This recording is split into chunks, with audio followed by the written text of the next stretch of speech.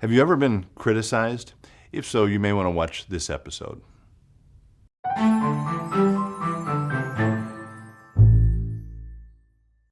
Hello, friends. Pastor Tim Westermeyer here. Thanks for spending a little time with me today.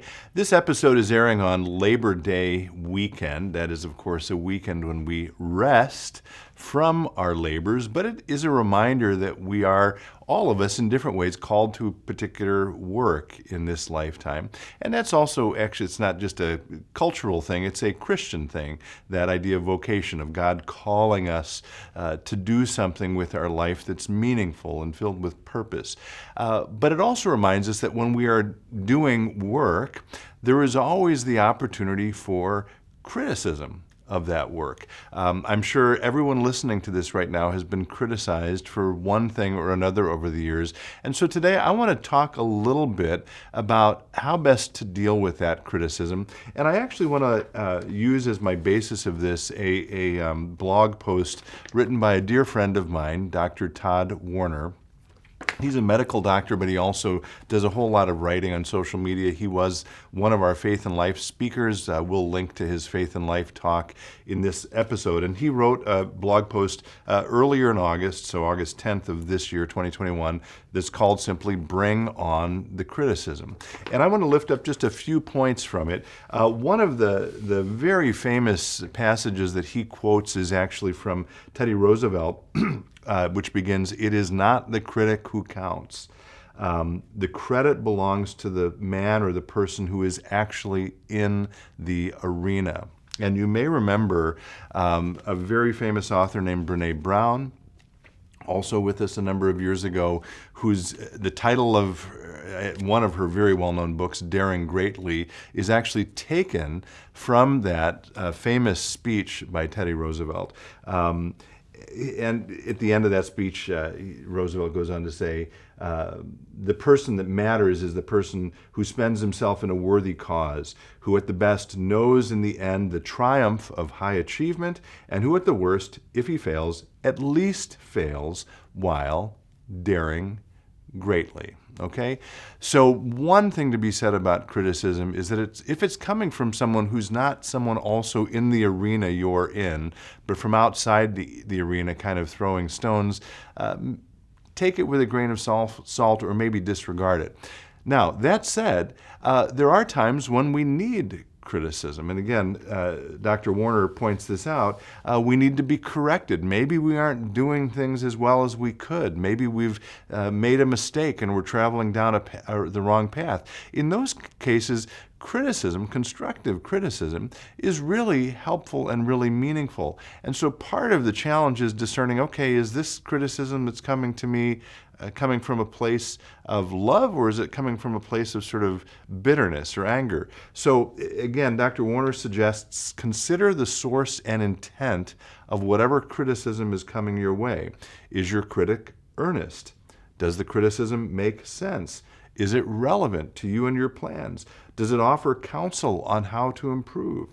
The best criticism, he writes, is honest, charitable, and formative.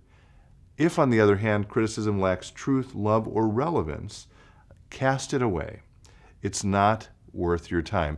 And I want to say here, in the world we live today in, criticism very often comes to us via social media, where it's very easy for people to be critics, right?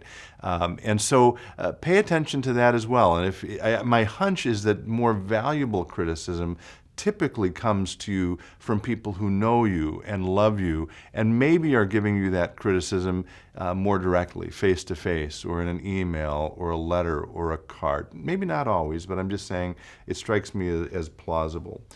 So a few ideas. I'm not going to exhaust everything Dr. Worner talks about here, but once you've determined that the criticism is maybe worth absorbing or reflecting on, let me lift up two or three things, he says. First, save the kernel, throw away the chaff. All criticism hurts, he says, so let the emotional response go away, and then determine if there is some helpful insight from the criticism that you can learn from, that allows you to grow, okay? Good points, as he says, are still good points, even if poorly delivered or from your worst enemy. So again, save the kernel, throw away the chaff. Dr. Worner goes on to say, if it's worth doing, do it. And it may be that if something is worth doing, all of us, this is true no matter who we are, we start doing it and we start doing it badly because we haven't developed a facility with it. We haven't become expert in it. That means it's going to take a while. And if someone's criticizing you, so be it. Forge ahead until you do it better. That's okay. Don't be self-conscious is the third thing. Again, he lifts up the example of Thomas Edison, who you may remember had, I think, 700 filaments that failed before he came up with one that worked. And his response was, I have not failed 700 times. I've succeeded in proving 700 ways how not to build a light bulb. It's just a very brilliant way of sort of twisting the tables, not worrying about what the critics are saying and recognizing I've got a goal. I'm not going to worry about them. I'm not going to be self-conscious about it. Fourth and final thing I guess I would say is never stop taking good risks. Again, God, I believe, calls us to a life of adventure. God, I've said this before. I talked about it actually a little bit in my sermon this past weekend. God needs you to accomplish God's work in the world. That means taking risks. It means being vulnerable. It means going out and doing some good work, even if it means that people may criticize you for it. That's okay. Dr. Worner concludes his post by saying, a wise thinker once quipped, to avoid criticism, say nothing, do nothing, be nothing. That is not what God wants from us. So go out and respond to God's call and let the critics be you know what. Thanks as always for being with me. Be well, stay in touch, and God bless.